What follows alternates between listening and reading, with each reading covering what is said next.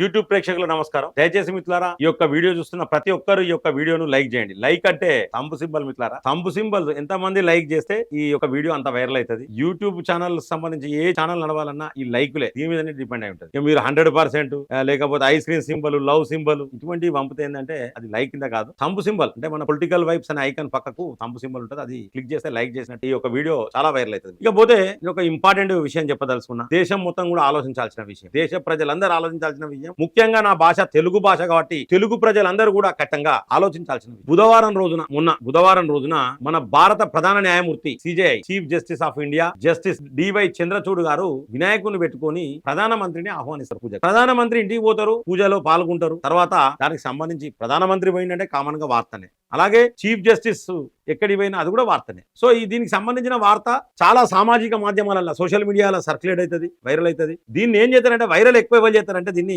ఎవరు చేస్తారంటే ఎక్కువ ఇండియా కూటములు, అలాగే ముఖ్యంగా కాంగ్రెస్ వాళ్ళు ఎక్కువ వైరల్ చేస్తారు. సుప్రీంకోర్టు ప్రధాన న్యాయమూర్తి ఇంటికి నరేంద్ర మోడీ ప్రధానమంత్రి గారు పోవడం అట తప్పుడు సంకేతం అట. కపిల్ సిబల్ ఈయన సుప్రీంకోర్టు న్యాయవాది, సీనియర్ న్యాయవాది, అలాగే కాంగ్రెస్ పార్టీ నుంచి వెళ్ళి రాజ్యసభ సభ్యుడు కూడా ఈయన చెప్తాడు. మొన్న రేవంత్ రెడ్డి కూడా కల్వకుంట్ల కవితకు బెయిల్ ఇవ్వడానికి కూడా తప్పుపడతాడు సుప్రీంకోర్టు న్యాయమూర్తులను. సుప్రీంకోర్టు న్యాయమూర్తులు అప్పుడు ఏం చెప్పారు, మీరు చెప్పినట్టు మేము తీర్పులు ఇవ్వాలన్నా, మీరు చెప్తేనే మేము బెయిల్ ఇవ్వాలన్నా అని చెప్పేసి అడిగారు. ముట్టకాయలేసిర్రు. ఇటువంటి ఇంకోసారి జరిగితే సుమోటోగా తీసుకొని కేసులు నమోదు చేస్తామని కూడా సీరియస్ గా హెచ్చరించారు. అయినా సిగ్గు షీము ఎత్తురు ఎత్తలేదు ఈ కాంగ్రెస్ వాళ్ళకి కానీ ఈ యొక్క ఇండియా కూటమిలకు కానీ. మళ్ళా ఇదే కామెంట్ నేను ఒక్కటే ప్రశ్నిస్తున్నా మిత్రులారా. ఆయన ఏమంటాడంటే కపిల్ సిబల్, నేను ఎంతో మంది న్యాయమూర్తులను చూసిన, 50 సంవత్సరాల కాంచెల్లి నేను న్యాయవాద వృత్తిలో ఉన్నా, గొప్ప గొప్ప న్యాయమూర్తులను చూసిన, ఈయన కూడా గొప్పోడే, డివై చంద్రచూడ్ గారు కూడా గొప్పోడే. కానీ ఈ నరేంద్ర మోడీ పోయిండు, దాన్ని సర్క్యులేట్ చేసుకుందని నరేంద్ర మోడీ గారిని తప్పుపట్టినట్టు మళ్ళీ మాట్లాడు. అసలు ఎందుకు రాజకీయంగా చెప్తారు దీన్ని? రాజకీయం జస్టిస్ డివై చంద్రచూడ్ గారు పండుగలు చేసుకోవద్దు, పబ్బాలు చేసుకోవద్దు, వాళ్ళ ఇంట్లో ఫంక్షన్స్ చేసుకోవద్దు, ప్రధానమంత్రులను ముఖ్యమంత్రులను ఎవరిని విలువద్దా?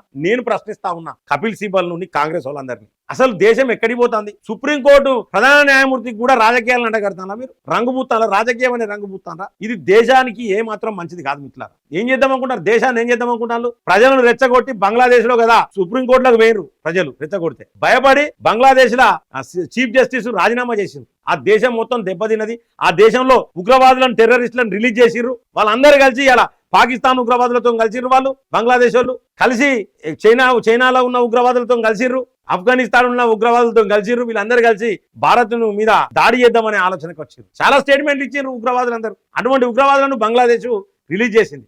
మరి సుప్రీంకోర్టు ప్రధాన న్యాయమూర్తి తప్పుపట్టడం, వాళ్ళ ఇంటికి ప్రధానమంత్రి పోతే తప్పుపట్టడం ఎంతవరకు కరెక్ట్? ఏ రాజ్యాంగం చెప్తాంది? అంబేద్కర్ రాసిన రాజ్యాంగంలో సుప్రీంకోర్టు ప్రధాన న్యాయమూర్తి పండుగలు చేసుకోవద్దా, పోవద్దా? ఇందిరా జైసింగ్ అని ఇంకొక అడ్వకేట్, ఈమె ఏంటంటే సోనియా గాంధీకి అత్యంత సన్నిహితురాలు. యూపీఏ ప్రభుత్వం ఉన్నప్పుడు మన్మోహన్ సింగ్ హయాంలో 2009లో ఈమె యూపీఏ ప్రభుత్వం ఉన్నప్పుడు అదనపు సొలిసిటర్ జనరల్ గా ఉన్నది. ఈమె మాట్లాడుతుంది సుప్రీంకోర్టు బార్ అసోసియేషన్ అట దీన్ని బహిరంగంగా ఖండించాలన్నట. ఎందుకమ్మా? ఉగ్రవాదులు వేళ, డివై చంద్రచూడ్ గారింటికి ఉగ్రవాదులు వేళ, పాకిస్తాన్ వాళ్ళు వేళ, లేకపోతే మొన్న ఇల్హానా ఉమర్ ను కలిసిండు రాహుల్ గాంధీ. వాషింగ్టన్ లో ఎవరిని కలిసిండమ్మా? ఎవరామె ఉమర్? ఎవరు ఆవిడ? భారతదేశం మీద ప్రతిసారి తీవ్రంగా విమర్శలు చేస్తలేదా? భారతదేశం అంటేనే ఆమెకు వ్యతిరేకం, పాకిస్తాన్ కు మద్దతుగా మాట్లాడలేదు ఆమె. కెనడా కొన్ని ఆరోపణలు చేసింది. కెనడా ఏమైనా ఆరోపణలు చేసింది భారతదేశం మీద? హర్దీప్ సింగ్ అనడనే సిక్కుల వేర్పాటువాది నాయకుడు చనిపోతే ఆయనను చంపిన దాంట్లో భారతదేశం పాత్ర ఉన్నదని కెనడా ఆరోపిస్తే అమెరికా మద్దతు తెలపాలని ఎక్స్ వేదికగా ఇదే ఉమర్ మా ట్విట్టర్ లో ట్వీట్ చేయలేదా? మరి భారతదేశం పాత్ర ఉన్నదన్నా? పాకిస్తాన్ వాళ్ళు వాళ్ళ ఖర్చులు పెట్టుకొని ఈమె బస చేయడానికి పాకిస్తాన్ కి ఈమెను పిలిపించుకోలేదా? ఈమె పాక్ ఆక్యుపైడ్ కాశ్మీర్ పోయి చూడలేదా? ఈమె నిత్యం భారతదేశం మీద విమర్శలు చేస్తలేదా? మరి అలాంటి ఉమర్ ను ఎట్లా కలిసిండమ్మా? ఆయన రాహుల్ గాంధీ ఎందుకు కలిసిండు? ఇది కదా తప్పు. దీని గురించి కదా ఈ ఇందిరా జైసింగ్ మాట్లాడాలి, దీని గురించి కదా ఈ కపిల్ సిబల్ మాట్లాడాలి. ఈ ఇందిరా జైసింగ్ మీద సిబిఐ కేసు ఉన్నది మిత్రులారా. కేంద్ర ప్రభుత్వం సిబిఐ కేసులు పెట్టింది. ఈమెకు ఆ కోపంతో ఈమె మాట్లాడుతుంది. ఈమె మాట్లాడాలి. కపిల్ సిబల్ 20 మంది న్యాయవాదులను పెట్టి అయోధ్య రామ మందిరానికి వ్యతిరేకంగా వాదించలేదా? ఇదే కపిల్ సిబల్ కల్వకుంట్ల కవిత కేసులు వాదించలేదా? ఇలా మీరు లొల్లి పెట్టుకున్నట్టు నటిస్తారు. ఇదే కపిల్ సిబల్ మన పశ్చిమ బెంగాల్ ఆర్జీకర్ ఘటనకు సంబంధించిన కేసులో ప్రభుత్వం తరపున న్యాయవాది ఈయన కాదా? కపిల్ సిబల్ కాదా? పశ్చిమ బెంగాల్ ప్రభుత్వం తరపున మాట్లాడేది కపిల్ సిబలా కాదా? ఎన్ని చీవాట్లు పెట్టినా కపిల్ సిబల్ కు బుద్ధి రాదు. అలాగే ఎన్ని చీవాట్లు పెట్టినా ఈ కాంగ్రెస్ కు, ఈ ఇండియా కూటమికి బుద్ధి రాదు మిత్రులారా. లాస్ట్ కు వీళ్ళు చెప్పినట్టే సుప్రీంకోర్టు ప్రధాన న్యాయమూర్తులు నడుచుకోవాలి. వీళ్ళు చెప్పిన వాళ్ళనే సుప్రీంకోర్టు ప్రధాన న్యాయమూర్తులు పండుగలకు, పబ్బాలకు, ఫంక్షన్లకు పూజలకు పిలుచుకోవాలి, వీళ్ళు చెప్పిన వాళ్ళనే పిలుచుకోవాలి కావచ్చు. సుప్రీంకోర్టులు వీళ్ళు చెప్పినట్టు పని చేయాలన్నా. వాడు ఒకడు ఉంటాడు, సంజయ్ రౌత్ అని ఉంటాడు. అంటే అక్కడ శివసేన రెండుగా చీలిపోయింది. ఒకటి ఉద్ధవ్ ఠాక్రేది, ఒకటి ఏక్నాథ్ షిండేది.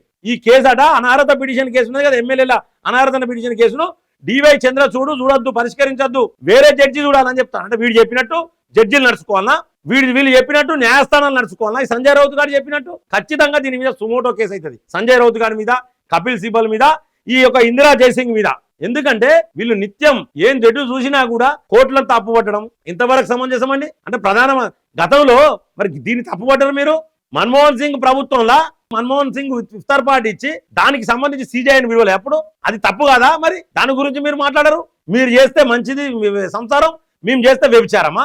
ఇది ఎక్కడ న్యాయం అండి? నిత్యం ఏదో ఒకటి దేశంలో అల్లర్లు సృష్టించడానికి ఇండియా కూడా ప్రయత్నిస్తుంది మిత్రులారా. అంటే కోర్టుల పట్ల మీకు గౌరవం లేదు, మరి దేని పట్ల గౌరవం? మీకు రాజరిక వ్యవస్థ కావాలన్నా? మరి అదన్నా కోరుకోని. మీరు రాజరిక వ్యవస్థ కావాలంటే ఇప్పుడు రాజు నరేంద్ర మోడీ గారే. అప్పుడు ఇంకా దారుణంగా ఉంటే మీకు కోర్టులు పక్కా పెడితే కుక్కలు కూడా కానీ మిమ్మల్ని.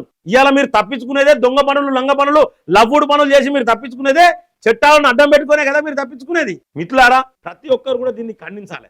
ఎందుకంటే ఖచ్చితంగా దీన్ని ఖండించాలి. గతంలో కూడా ఈ యొక్క ఇల్హాన్ ఒమర్ ఎవరైతే ఉన్నారో ఆమె యుఎస్ చట్టసభ సభ్యురాలు, ఆవిడ నరేంద్ర మోడీ గారి ప్రసంగాన్ని బహిష్కరించింది. అంటే మన దేశ వ్యతిరేకైన ఇల్హాన్ ఒమర్ తోని ఫోటోలు దిగచ్చు, మాట్లాడచ్చు, తప్పులేదు. కానీ మన భారత ప్రధాన న్యాయమూర్తి పూజ చేసుకుంటే నరేంద్ర మోడీ గారి పోతే తప్ప. దానికి మీరు సోషల్ మీడియాలలో ట్యాగులు పెట్టి వైరల్ చేస్తారు. సిగ్గనిపించాలి. ఎలక్షన్ల టైంలో కావాల్సుకొని మీరు లాస్ట్కు సుప్రీంకోర్టు ప్రధాన న్యాయమూర్తులను, సుప్రీంకోర్టులను తప్పుపట్టే పరిస్థితికి మీరు పోయినంటే పైత్యం ముదిరింది మీకు. పైత్యం ముదిరింది మీకు. పిచ్చి పీక్స్లకు వచ్చింది మీకు. పోయే కాలం దగ్గర పడ్డది మీకు. ఖచ్చితంగా దీని మీద యావత్ భారతదేశం మొత్తం కూడా స్పందించాలి. ఎందుకంటే ప్రతి ఒక్కరి రాజ్యాంగం ఏం చెప్తాను? ఎందుకు పోదు? దోస్తో తమ్ముడే పేకాడే ఒక మోటు సామెత ఉన్నది. ఇవాళ నేను బీజేపీలో ఉన్నా, కాంగ్రెస్ దోస్తులు ఉంటారు, బీఆర్ఎస్ దోస్తులు ఉంటారు, మాట్లాడద్దా? బీజేపీలు ఉంటే దోస్తాను పోతుందా? చుట్టాలు ఉంటారు, చుట్టరీకం పోతుందా? రేపు పొద్దుగాల రాహుల్ గాంధీ పెళ్లి చేసుకుంటే నరేంద్ర మోడీ గారిని పిలిస్తే నరేంద్ర మోడీ గారు కూడా పోయి అక్షంతలు వేసేస్తాడు. తప్పేమున్నది? పెళ్లి చేసుకుంటే పోద్దా? అరే ప్రధాన న్యాయమూర్తి అయితే ఆయన కూడా ఒక మనిషే. రాజ్యాంగం ఏం చెప్తాంది? ఆయన బెంచ్ మీద కూర్చున్నప్పుడే జడ్జి, బెంచ్ మీద కూర్చున్నప్పుడు పోయి మాట్లాడడం. ఇంటికాడు ఉన్నప్పుడు పూజలు చేసుకుంటాడు, ఆయన పండుగలు పబ్బాలు చేసుకుంటాడు, వాళ్ళ ఇంట్లో ఏమైనా ఫంక్షన్లు అయితే పిలుస్తాడు. మీరు కూడా పిలిచిండ్రు కదా సిజేఐని. గతంలో మీ ప్రభుత్వం ఉన్నప్పుడు సిజేఐని మీరు ఇఫ్తార్ పార్టీలో విలువలేదా? తప్పేం లేదండి మిత్రులారా. ఇది 100% ముమ్మాటికి కావాల్సుకొని, అంటే ఇదే కాంగ్రెస్ చెప్పినట్టు, ముఖ్యంగా ఇదే కాంగ్రెస్ చెప్పినట్టు సుప్రీంకోర్టులు నడుచుకోవాలి, న్యాయస్థానాలు నడుచుకోవాలి. సుప్రీంకోర్టు ప్రధాన న్యాయమూర్తి కూడా ఇదే కాంగ్రెస్ చెప్పినట్టు నడుచుకోవాలనే ఆంక్షలు పెడతా ఉన్నాడు. మొన్న కదా రేవంత్ రెడ్డి మీద చీవాట్లు పెట్టిర్రు కవితకు బెయిల్ ఇచ్చిన అంశంలో. ఇంకా కూడా సిగ్గు రాకపోతే వేస్ట్గా ప్రజలందరూ చూస్తూ ఉన్నారు. దయచేసి మిత్రులారా, ఇది భారతదేశానికి ఏమాత్రం మంచిది కాదు వీళ్ళు మాట్లాడే మాటలు. నేను చెప్తున్నా కదా, భారతదేశానికి ఏమాత్రం మంచిది కాదు. మీరు మనుషులా? ఆ తృణమూల్ కాంగ్రెస్ అధినేత్రి ఉన్నది, పశ్చిమ బెంగాల్ ముఖ్యమంత్రి, ఆమెను స్వాతంత్రం ప్రకటించుకోమని ఒక టెర్రరిస్ట్ వాడు చెప్తాడు, స్వాతంత్రం ప్రకటించుకోమని. మీరు ఇండియా కూటమిలు ఉంటారు, మీరు కరెక్టు. రాహుల్ గాంధీ మాట్లాడితే ఆ పన్నుగాడు, ఖలిస్తాన్ ఉగ్రవాద ఆ పన్నుగాడు ఏమంటాడు? మాకు మమ్మల్ని సమర్థించిండు, రేపు పొద్దున ఒక దేశం మనో దేశాన్ని ఏర్పాటు చేసుకున్నందుకు సమర్థించిండు రాహుల్ గాంధీ అని వాడు ఉగ్రవాది పెడతాడు. అంటే మీరు మాట్లాడే మాటలు ఉగ్రవాదులకు నస్తాయి. తృణమూల్ కాంగ్రెస్ అధినేత్రి మాట్లాడే మాటలు ఉగ్రవాదులకు నస్తాయి. ఆమ్ ఆద్మీ పార్టీలో ఉగ్రవాదుల దగ్గర ఫండ్స్ తెచ్చుకుంటాడు. ఇది మీ ఇండియా కూటమి. కానీ ప్రధాన న్యాయమూర్తి పూజ చేసుకుంటే మాత్రం నరేంద్ర మోడీ గారు పోతే తప్పైపోయిందట. అది సిగ్గనిపించాలే, మాట్లాడడానికి సిగ్గనిపించాలే. నిన్న కదా సోనియా గాంధీ ఇంటి ముంగట నిరసనలు తెలిపిలా సిక్కులు గురుద్వారాకు పోలేరు, ఇక ఫ్యూచర్లో తలపాగా ధరించలేరు సిక్కులు అని చెప్పేసి అమెరికాలో ఆర్ఎస్ఎస్ తిట్టడం. అమెరికాకు విదేశాలలో పోయినప్పుడు మన భారతదేశం గురించి గొప్పగా చెప్పుకోవాలి. గది సంస్కారం. ఆ సంస్కారం విడిచి విదేశాలకు నువ్వు పోయేది ఎందుక? భారతదేశాన్ని చీవాట్లు పెట్టేది అందుక?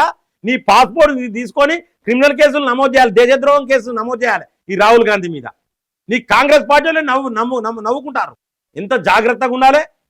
ఒక ప్రధాన ప్రతిపక్షం అన్నప్పుడు జాగ్రత్తగా ఉండాలి. నీకు వచ్చిన 99 సీట్లకు పిచ్చోని చేతిలో రాయి అయిపోయింది. 100కు 99 అనుకుంటాను. 543 సీట్లకు నీకు వచ్చినాయి 99 సీట్లు. సిక్కులు కదా నిరసన తెలుపలే సోనియా గాంధీ నివాసం ముంగట. తప్పైందనాలే. కాంగ్రెస్ హయాంలో మేము సిక్కులో మంచిగా లేము, ఇప్పుడు ఈ యొక్క బీజేపీ వచ్చినాకనే మాకు సిక్కులు మంచుకున్నాం మేము అని చెప్పేసి నిరసన కార్యక్రమాలు తెలపలే. పాకిస్తాన్ అంటే ప్రేమ ఉంటుంది, బంగ్లాదేశ్ అంటే ప్రేమ ఉంటుంది, ఆఫ్ఘనిస్తాన్ అంటే ఉంటుంది, చైనా అంటే ప్రేమ ఉంటుంది. చైనా వాడు అంటే మన భూభాగాన్ని ఆక్రమించింది అని చెప్పేసి అదో ఫేక్ న్యూస్.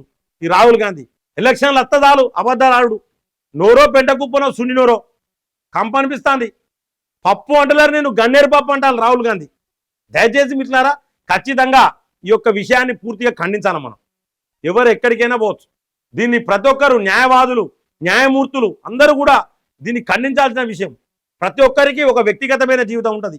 ఆ వ్యక్తిగత జీవితంలో వాళ్ళ ఇంట్లో పండుగలు ఉండొచ్చు, పబ్బాలు ఉండొచ్చు, మంచి ఉండొచ్చు, చెడు ఉండొచ్చు, ఫంక్షన్స్ చేసుకోవచ్చు, వాళ్ళు పూజలు చేసుకోవచ్చు, దేనికైనా ఎవరినైనా పిలవచ్చు.